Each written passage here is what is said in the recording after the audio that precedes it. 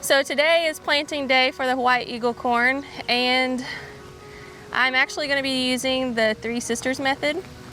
Basically, the story of the Three Sisters is all three types of seeds. The plants work together to give nutrients to what it needs. Usually you start corn first, and then about 2 or 3 weeks later you'll start your beans and your squash. So I am basically going to mound up some dirt. I'm going to dig into it a little bit. I'm going to place my fertilizer, which I'm using Garden Gold, which is rabbit manure. Basically, I'm just taking a handful, dropping it in, kind of covering it up a little bit. I'm going to build up mounds for all of this, and I'll plant my corn here. And as it grows, I will probably transplant it up and plant it deeper so that the stalks are nice and sturdy and have lots of support for the corn. Sometimes gusts of wind will come and blow your corn down. So that's kind of my planting method of how I'm going to plant this White Eagle corn. Around the corn is where I'll plant. I actually have Cherokee beans, so I'm going to plant those around it. This is kind of the area of my garden that is my heritage garden. You know, our ancient ancestors, they believed that anything they found was from the Creator, from, you know, foraging in the woods or planting seeds of corn.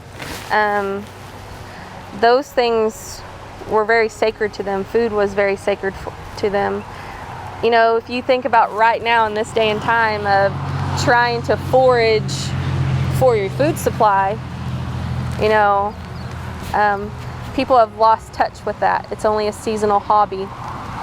But Cherokees took planting ceremonies and those kind of things to kind of secure a blessing on their food. And so those are things that I definitely want to share with my children. I want my children's children to know about that, because, you know, Cherokee history, that's super important to what makes us unique.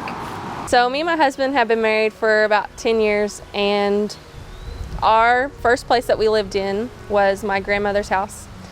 And it was actually on my family's original Indian allotment.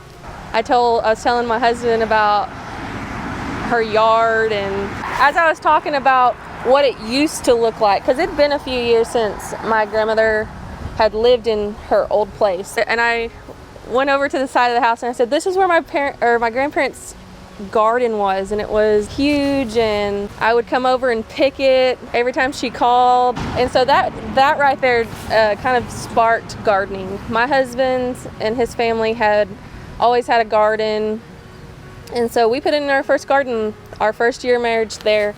And I wasn't really into the hard work of it too much. We just had some basic things like tomatoes, peppers, cucumbers, squash, and I don't even think we grew corn that year. But so that kind of started that. This year I was just kind of curious, and so of course I was interested in growing corn flour. That was actually something I had put on my to-do list to buy for my garden anyway. And so I just thought, hey, why not grow, you know, Cherokee, White Eagle corn flour. My next research project is to find out how our ancestors used it for cooking. I'm pretty excited about that, and what kind of dishes I can come up with, because I'm sure they didn't make corn bread. Maybe they did. That's to be determined.